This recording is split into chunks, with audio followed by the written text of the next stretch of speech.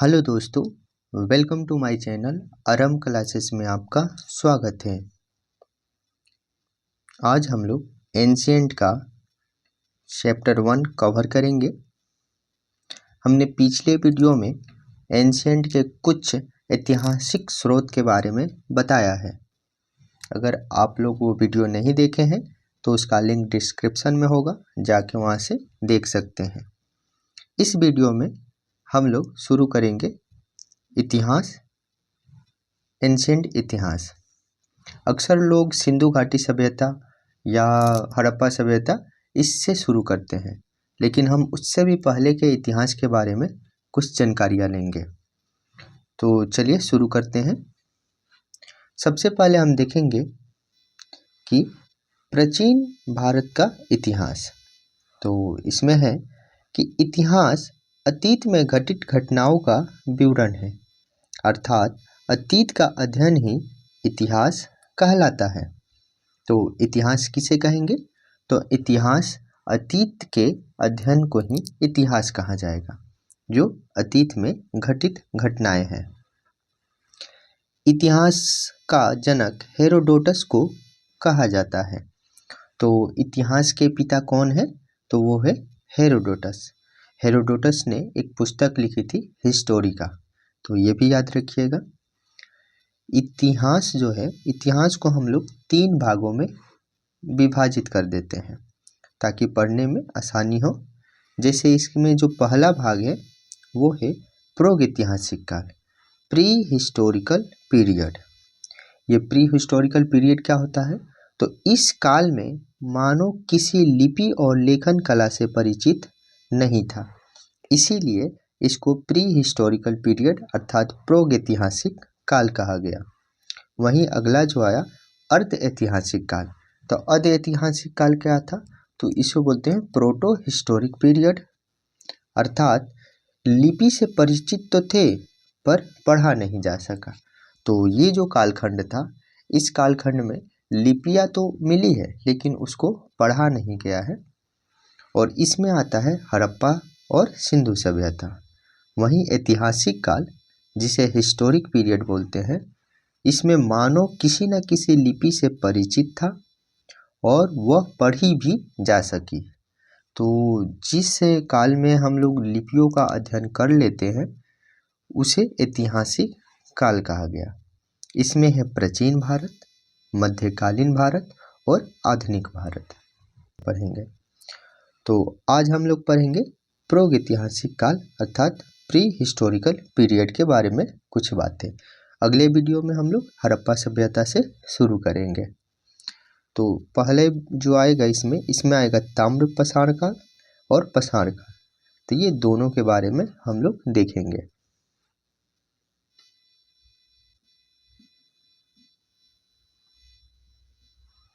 तो चलिए यहाँ देखते हैं कि पाषाण काल जो है इसको भी 3 भागों में विभाजित किया गया है। पहला है पुरा पाषाण काल, दूसरा मध्य पाषाण काल और तीसरा नव पाषाण काल। इसको इंग्लिश में बोलते हैं पेलियोलिथिक पीरियड अर्थात पुरा पाषाण काल, मेसोलिथिक पीरियड मध्य पाषाण काल और नियोलिथिक पीरियड नव पाषाण काल। और इसी एक और लास्ट में पढ़ लेंगे ताम्र पाषाण काल। तो ये हमारे प्रागैतिहासिक काल के बारे में कुछ जानकारियाँ थी। इसमें सबसे पहले देखते हैं पुरा पाषाण काल अर्थात पेलियोलिथिक पीरियड। तो इसमें क्या कहा गया है? तो यहाँ देखेंगे कि प्रागैतिहासिक काल है, इसके बारे में हम थोड़ा सी जानकारी ले लेते हैं। इस काल में मानव किसी लिपि से परिचित नहीं था और इस कालखंड में जानकारी हमें केवल अवशेषों से मिलती है, अर्थात जो पुरातात्विक अवशेष थे जो खदानों से खनन से निकले, उन्हीं के जानकारी पे हम लोग प्रागैतिहासिक काल के बारे में जानकारियाँ लेते हैं। अध्ययन की दृष्टि से प्रागैतिहासिक काल 2 खंडों में बांटा गया है। अभी देखें पाषाण काल और ताम्र काल। और पाषाण काल का मतलब होता है पत्थर।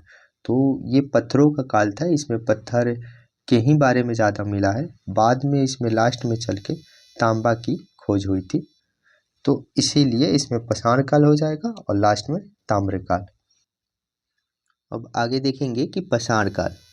तो पाषाण काल के बारे में है कुछ बातें कि भारत में सर्वप्रथम 1863 ईस्वी में रॉबर्ट ब्रूस फुट ने पाषाणकालीन सभ्यता की खोज की गई। तो रॉबर्ट ब्रूस फुट के द्वारा 1863 में पाषाण काल की खोज की गई है। वहीं भारतीय पुरातत्व के पिता किसे कहा गया है? तो सर अलेक्जेंडर कनिंघम को। ये भी क्वेश्चन काफ़ी बार पूछा जाता है कि भारतीय पुरातत्व के पिता कौन है? तो सर अलेक्जेंडर कनिंघम। वहीं अध्ययन की दृष्टि से पाषाण काल को 3 भागों में बांटा गया है। अभी देखे थे पूरा पाषाण काल, पेलियोलिथिक पीरियड, मध्य पाषाण काल, मेसोलिथिक पीरियड और नव पाषाण काल, नियोलिथिक पीरियड। तो हम लोग अब पढ़ेंगे आगे कि पूरा पाषाण काल के बारे में कि इसमें क्या क्या हुआ था। देखते हैं कि जो पूरा पाषाण काल है, पेलियोलिथिक पीरियड, यह इतिहास का सबसे प्रारंभिक समय था। इसकी काल अवधि 20 लाख ईसा पूर्व से लेकर 12,000 ईसा पूर्व मानी जाती है। इस समय के मानव को आदि मानव कहा जाता है।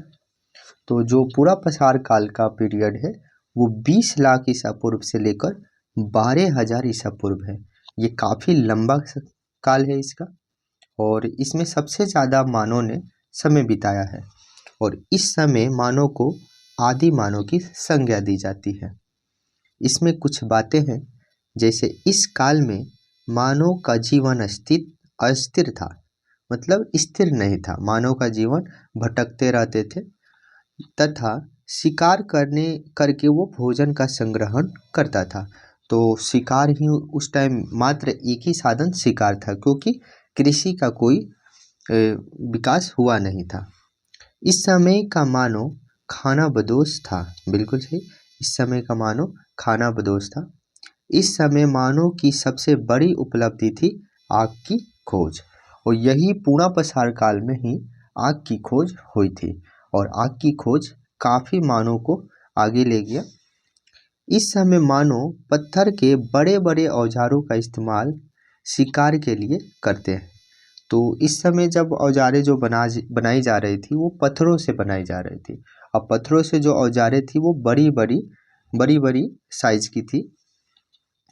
और इस काल में मनुष्यों ने सर्वप्रथम चित्रकारी करना प्रारंभ किया था, और भीमबेटका की गुफा जो है इस काल के चित्रों को दिखाता है। अर्थात भीमबेटका की गुफा जो है इस काल के चित्रों को वहाँ पे दर्शाया गया है,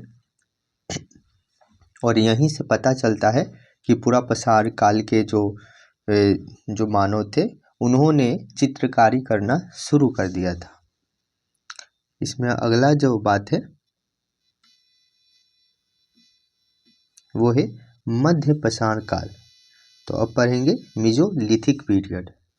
तो यह पूरा पाषाण काल और नव पाषाण काल के बीच का संक्रमण काल था, अर्थात इसकी काल अवधि थी 12,000 ईसा पूर्व से 10,000 ईसा पूर्व। तो मध्य पाषाण काल की जो काल अवधि क्या हो जाएगी? तो 12,000 ईसा पूर्व से 10,000 ईसा पूर्व। इसी में आगे देखेंगे तो कार्लाइल जो है 1867 में विंध्यन रॉक शेल्टर से मध्य पाषाण काल की खोज करने वाले पहले व्यक्ति थे। तो थोड़ा ये भी बात याद रखिएगा कि जो मध्य पाषाण काल है इसकी खोज जो है कार्लाइल ने किया है 1867 में, और कहाँ से? विंध्यन रॉक शेल्टर से। इस काल में मानव ने पशुपालन करना आरंभ कर दिया था। तो मध्य पाषाण काल में मानव ने पशुपालन आरंभ कर दिया था। इसी समय मानव ने छोटे और नुकीले हथियारों का भी प्रयोग शुरू किया, और इसी हथियार के चलते इसको माइक्रोलिथ भी कहा जाता है। तो अगर ये क्वेश्चन आता भी है कि मध्य पाषाण काल को ही माइक्रोलिथिक पीरियड कहा जाता है, क्योंकि इसमें छोटे छोटे औजारें बनाना शुरू हो गई थी। मनुष्य द्वारा पाला गया सबसे पहला जानवर कौन था? तो वो कुत्ता था। मनुष्यों ने सबसे पहले जो जानवर पाला था वो कुत्ता था। इसमें आगे हम लोग पढ़ेंगे कि नव पाषाण काल। तो नव पाषाण काल में क्या हुआ था? तो देखेंगे कि नव पाषाण काल नियोलिथिक पीरियड।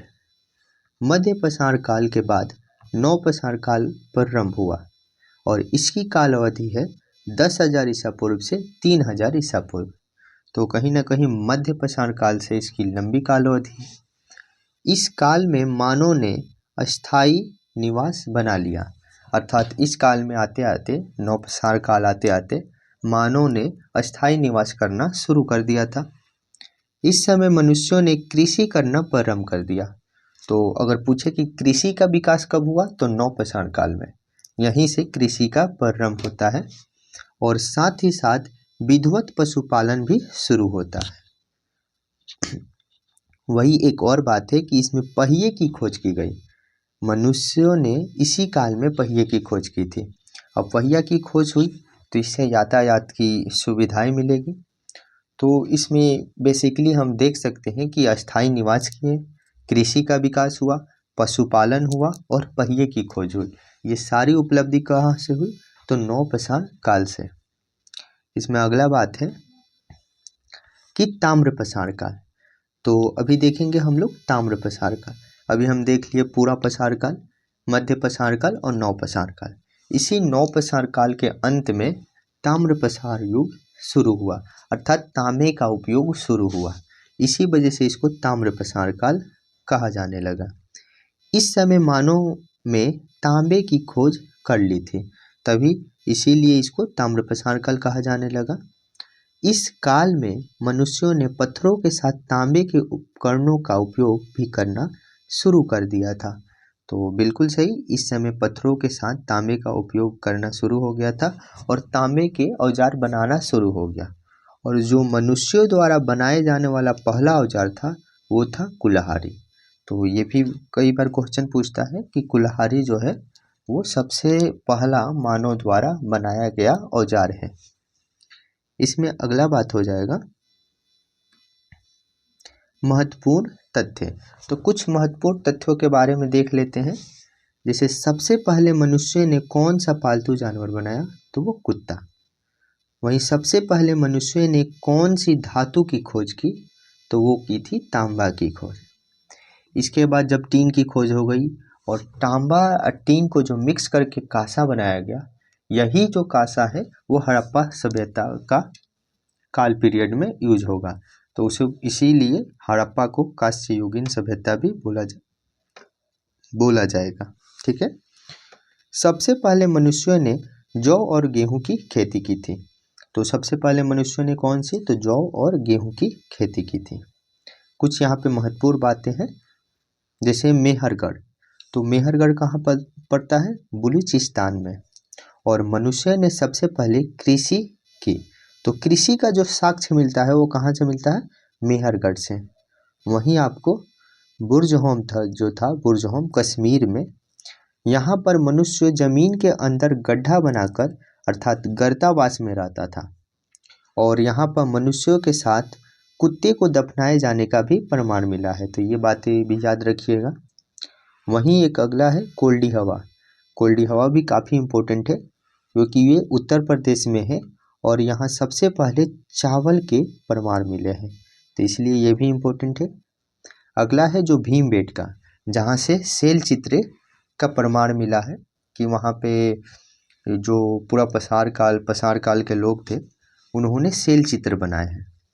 तो भीमबेटका की गुफा में मनुष्यों द्वारा बनाए गए सबसे पहले शैल चित्र का प्रमाण मिला है। और भीमबेटका गुफाओं की खोज भारतीय पुरातत्वविद डॉक्टर विष्णु श्रीधर वकरायण ने 1957 से 1958 में की थी। और यह गुफाएं कहाँ पड़ती है, तो मध्य प्रदेश के रायसेन जिला में। तो ये कुछ महत्वपूर्ण बातें थी। आई होप इसमें सारे टॉपिक कवर किए गए हैं। जो इसमें महत्वपूर्ण बातें भी बनती थी वो भी आपको लास्ट में हम बता दिए। तो ये पूरा था प्राग ऐतिहासिक काल, जिसमें थी पाषाण काल और ताम्रकाल के बारे में हमने जाना। अब इससे कुछ रिलेटेड क्वेश्चन हम लोग देख लेंगे जो प्रीवियस ईयर में पूछे गए हैं। जैसे पहला क्वेश्चन है, इतिहास का जनक किसे कहा जाता है। तो इतिहास के जनक हेरोडोटस को कहा जाता है। इसका राइट आंसर ये हो जाएगा। दूसरा है भारतीय पुरातत्वविद के पिता किसे कहा जाता है। तो भारतीय पुरातत्वविद के पिता हमने अभी वीडियो में ही सारे क्वेश्चन ये देखे हैं। अगर वीडियो आप ध्यान से देखे होंगे तो एक भी क्वेश्चन गलत नहीं होगा और ये सारे क्वेश्चन कभी ना कभी एग्जाम में पूछे गए हैं। तो भारतीय पुरातत्व के पिता कौन है, तो ये है अलेक्जेंडर कनिंघम। इसका राइट आंसर डी हो जाएगा। मानव द्वारा पाला गया प्रथम जानवर कौन था, तो मानव ने सबसे पहले पालतू बनाया था कुत्ता को। इसका राइट आंसर ए हो जाएगा। अगला क्वेश्चन है, किस काल को माइक्रोलिथ कहा जाता है। तो अभी बताएं, माइक्रोलिथ का मतलब है छोटे औजार, और छोटे औजार कब बनाना शुरू हो गया था, तो ये मध्य पाषाण काल में। इसका राइट आंसर बी हो जाएगा।